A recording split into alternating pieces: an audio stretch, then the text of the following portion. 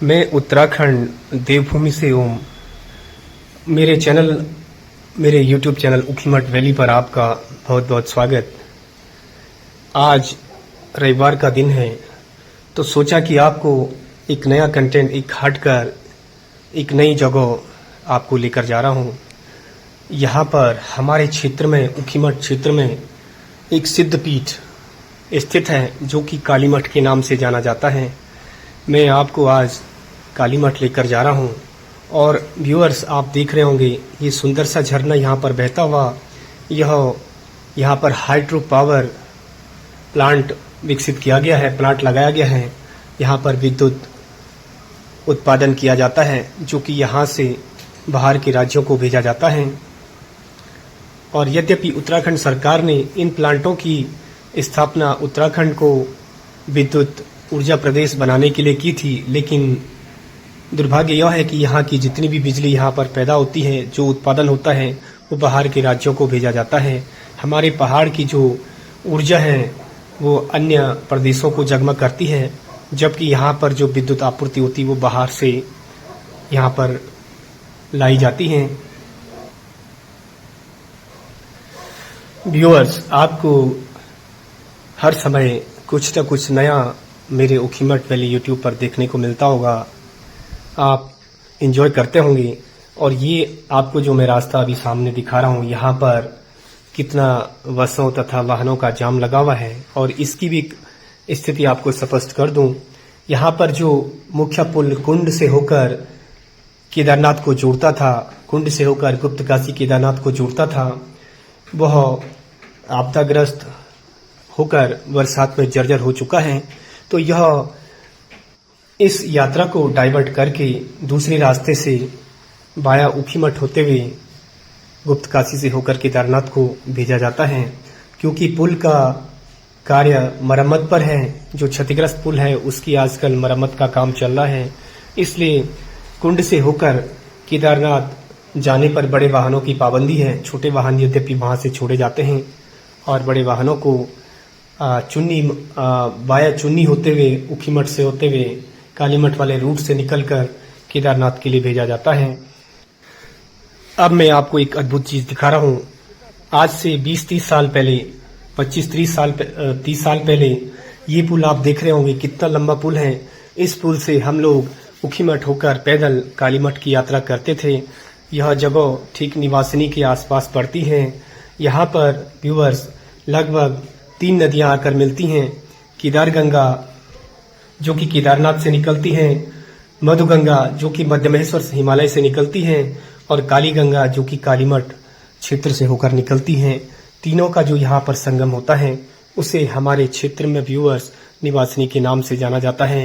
ये पुल उसी जगह को, इस पुल के थ्रू हम उसी जगह पर लेकर आपको जा रहे हैं। यह प्राचीन काल का बहुत पुराना, लगभग अंग्रेजों के समय का पुल है। इसी पुल से हमारे ऊखीमठ क्षेत्र के सभी लोग पैदल यात्रा करके कालीमठ पहुंचते थे। और यह पुल इतना लंबा है, आप देख सकते हैं। आपको मैं इसी पुल से लेकर अभी आगे जा रहा हूं।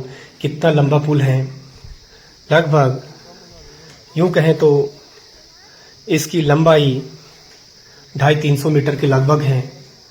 250-300 मीटर लंबा ये पुल है। प्राचीन काल का बहुत अद्भुत, बहुत मजबूत पुल आज भी उसी स्थिति में खड़ा है। जबकि अत्याधुनिक जितने भी पुल हैं वो एक छोटी सी आपदा से, छोटे सी बाढ़ और फ्लड से सारे पुल टूट जाते हैं। लेकिन यहाँ पर जहाँ की 3-3 नदियों का संगम होता है, यही स्थान व्यूअर्स निवासिनी कहलाता है।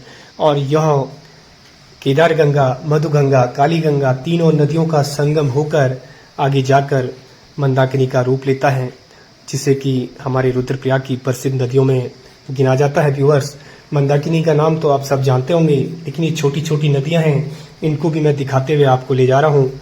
अभी कुछ ही देर में मैं अपनी बेटी के साथ, जो कि मेरे ठीक आगे चल रही है, कुछ ही देर में आपको कालीमठ लेकर जाने वाला हूँ। और कितना लंबा पुल है आप देख सकते हैं। तो व्यूअर्स, प्राचीन 20-30 साल पहले हम इसी रास्ते से होकर गुजरते थे। ये यहाँ से काली गंगा आप देख रहे होंगे, और इसी के किनारे किनारे रोड बाई रोड हम लोग अपनी यात्रा करेंगे। और यहाँ जितनी खूबसूरत, सुंदरता भरी हुई धरती है वो भी आपको दिखाते हुए चल रहे हैं।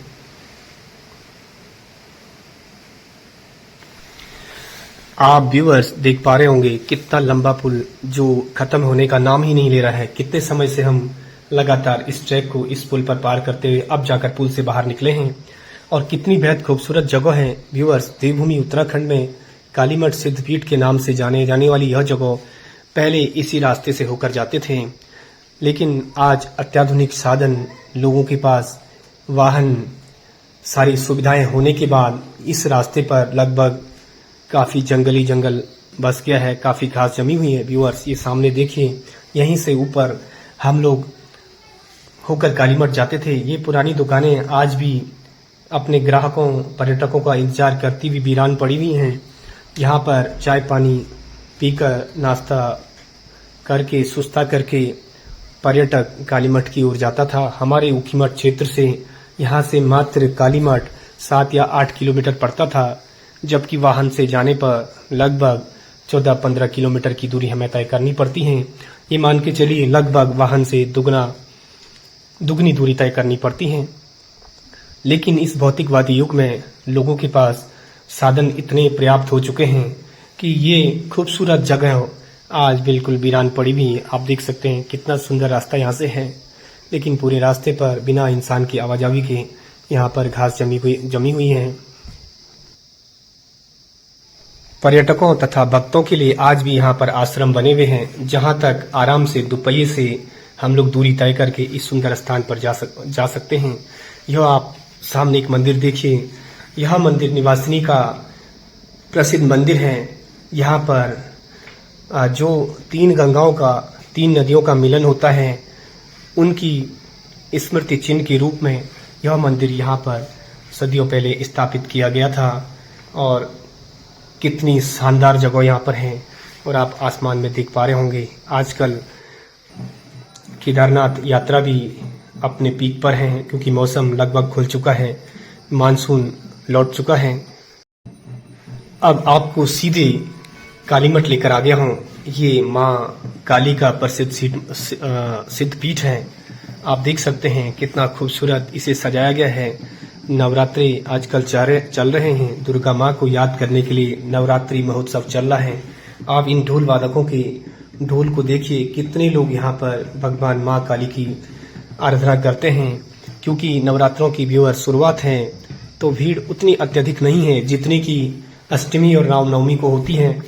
जिस प्रकार हमारे पहाड़, हमारे गढ़वाल में यह सिद्धपीठ कालीमठ है, उसी प्रकार हमारे पौड़ी गढ़वाल में माँ धारी देवी का मंदिर व्यूअर्स आप जानते होंगे, जो आराध्य देवी माँ धारी देवी के पास है, वही यहाँ सिद्ध पीठ कालीमठ में है। और काली माँ का जो इतिहास है, जो काली माँ की जो कहानियाँ हैं, वो आप सब जानते होंगे।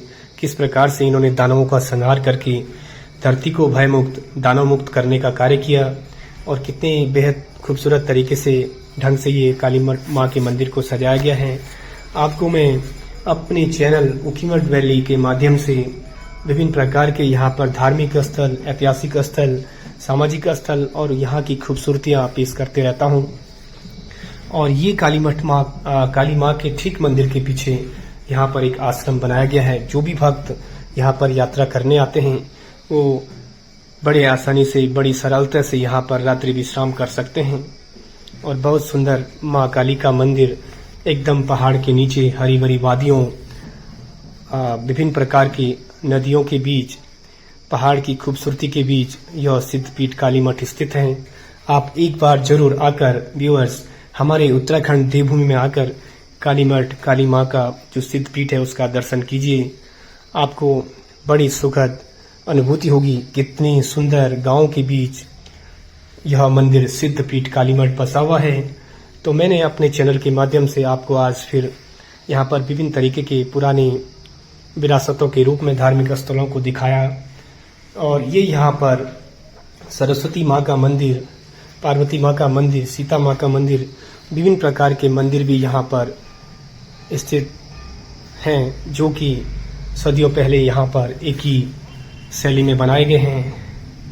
और आपको मैं ये सब नवरात्रि के महोत्सव पर माँ दुर्गा माँ के पावन त्यौहार के अवसर पर सारे मंदिर, यहाँ के भक्तजनों की भीड़ और जो इस माँ सिद्ध काली मठ काली माँ का जो महात्म्य है वो भी आपको बताने की कोशिश की।